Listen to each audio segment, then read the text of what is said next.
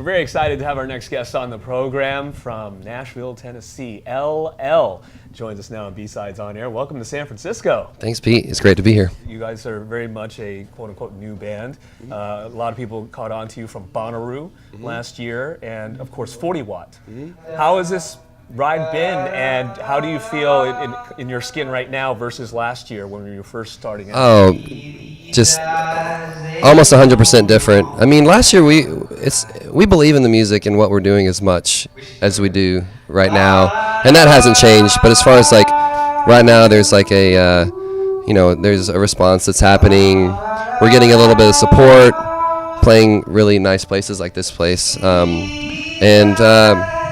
mean, we all kind of feel that things are growing, and that's very exciting for us because we've been at it for a couple years, mostly just playing in Nashville. But yeah, it's very exciting. I think we're all pumped. Now, I understand everybody is from different places, and you were kind of in music for some time. And so what's the backstory behind everybody coming together, and what was that common bond that said, yeah, Ben, I believe in this? A lot of us actually used to work at Trader Joe's, the grocery store that you guys have a lot of out in here in California.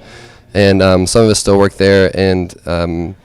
But yeah, we're stocking the shelves, cans of corn.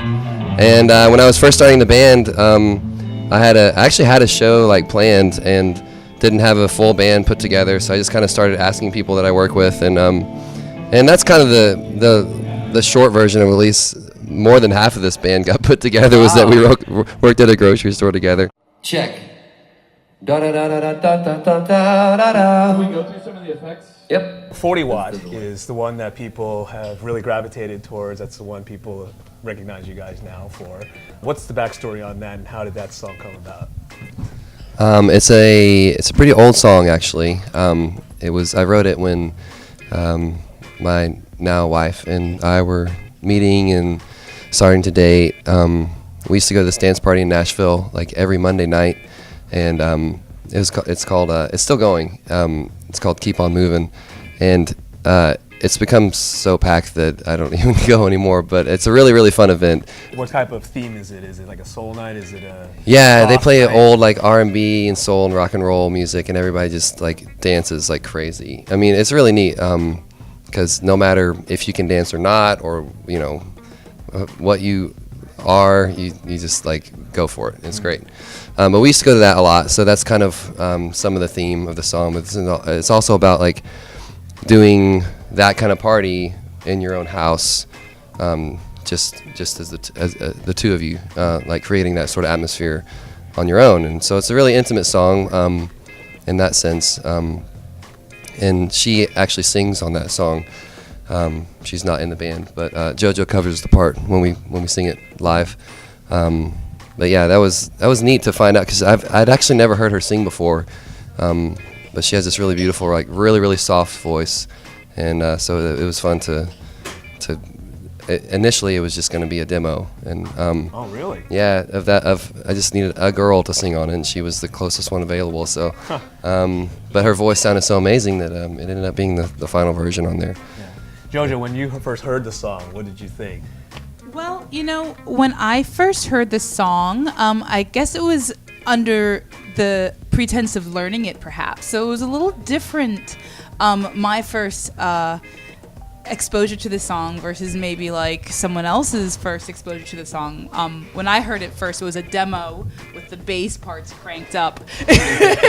And it was like, okay, I gotta learn this song in a week. So I didn't really get to learn to appreciate the song for what it is until a little later. Stefan, do you ever cry? Do you ever take a moment to absorb the emotion of the song as it's going?